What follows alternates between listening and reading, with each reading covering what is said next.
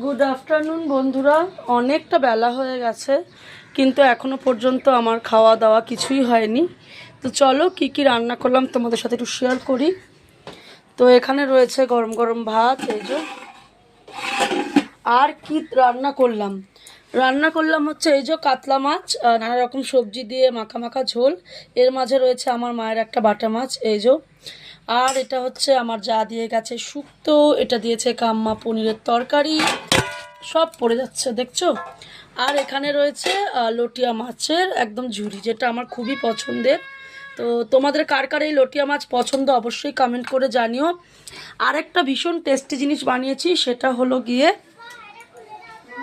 এই যে, এই গরমে আমের ঝোল খেতে কারা কারা খুব পছন্দ করো অবশ্যই জানিও। একদম আমের পাতলা ঝোল, যেটা খেলে পেট মন সবই শান্ত হবে। তো চলো আর দেরি না করে খাওয়া দাওয়াটা শুরু করে দিই।